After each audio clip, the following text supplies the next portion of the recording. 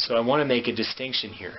What is the difference between steady state cardio on one side and high intensity or interval cardio on the other side? Now, steady state cardio is a cardiovascular activity that stays in the aerobic zone. Basically what that means is the intensity is low enough so that you can continue that activity non-stop without rest for an extended period of time. By extended, I mean longer than 60 seconds, just to throw one number out there. High intensity cardio or interval cardio is a type of cardio where the activity is so tough that you have to stop and take a break, generally from 15 seconds to maybe 60 seconds into the activity. Usually it's less than that. Usually it's about 15 to 30 seconds into the activity. Your body's getting so fatigued and you're so out of breath that you literally have to stop and rest and then pick it up again, and then you get so tired you have to stop and rest.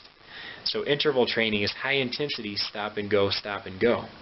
Steady state training is just long duration, sort of mediocre speed, mediocre intensity, non-stop for a long period of time. Steady state, not good for fat loss, not good for a lean physique. High intensity interval, excellent for a lean physique, excellent for losing body fat in particular, but also even better at improving cardiovascular performance than steady state cardio is. And that's one reason why so many strength and conditioning coaches that work with professional and college athletes have not been using steady state cardio in the training for the athletes for quite some time now. And you can look that up to back up and to verify that what I'm telling you is true. I want to make another very important distinction between the two types of cardio. Steady state over here, high intensity over here. How they burn calories. Steady state cardio is interesting. When someone does steady state cardio, they actually burn higher amounts of calories than they do at rest during the cardio session. But as soon as the session ends, their rate of calorie burning returns right back to normal, right back to their low metabolism. So there's no after effect to calorie burning.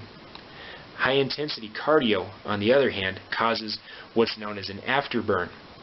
So a person will burn calories during the cardio session, but what's very characteristic about high intensity cardio and getting the body working hard enough to where it's in the anaerobic zone, so a person needs to take rest, the difference here is that there's an afterburn effect, so that even after the cardio session is done, the person's body will continue burning more body fat in particular, even at rest. And their resting metabolism stays elevated for a longer period of time from the high intensity than it does from the steady state cardio. So what you want here is not more calories burned during the cardio session. What you want is for the cardio session to be hard enough so that the body continues burning more calories after the session is done.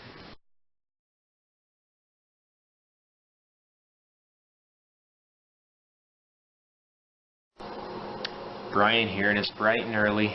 It's about 10 till 5 a.m. on a Monday morning. I'm just getting ready to eat breakfast. The eggs are cooking. And there are a couple of studies that I want to talk to you about that come out of this book, Cardio Strength Training by Robert Dos Remedios. He's a highly respected, certified strength and conditioning coach, and he knows a lot about fat loss. There are two studies in here I want to discuss with you, and they're concerning cardio. We want to know the best kind of cardiovascular activity for burning body fat. So let me discuss these two studies. The first one happened in 1996. This study involved two groups of people. One group did a long duration bout of steady state cardio training. So what that means is 5 days a week, every single day, Monday, Tuesday, Wednesday, Thursday, Friday. They did 60 minutes of steady state cardio. That would be like going on an elliptical at basically one pace the whole time, or jogging on a treadmill for 60 minutes, 1 full hour, 5 days a week. They compared this group to another group that did 4 minutes of high intensity interval training those 5 days a week, Monday, Tuesday, Wednesday, Thursday, Friday. 4 minutes each time. How they did these 4 minutes was for 20 seconds they would perform a high intensity strength/cardio activity. Then they would rest for 10 seconds. Then they would do another 20 seconds of high intensity work. Then they would rest for another 10 seconds. They did that for only 4 minutes. Which group do you think saw better results in aerobic and anaerobic improvements? The group that did 4 minutes saw the best results by a long shot, much better than the group that did 60 minutes 5 days a week. Interesting. One more study I want to tell you about. This one was done in 1994.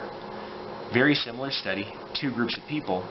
First group performed a 20-week course in steady state cardiovascular training, 20 weeks.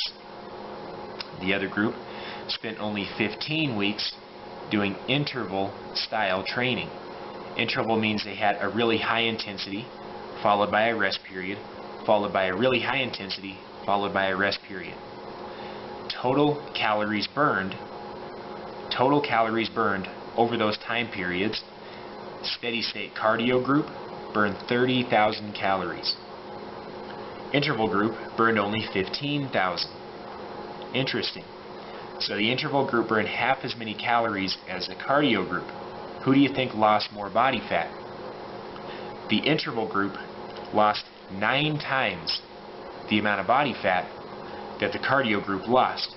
Even though the cardio group burned more calories overall during the cardio sessions, the interval style group lost more body fat.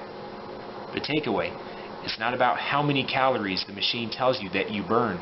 It's about how much fat your body loses. Tune in for the next training module.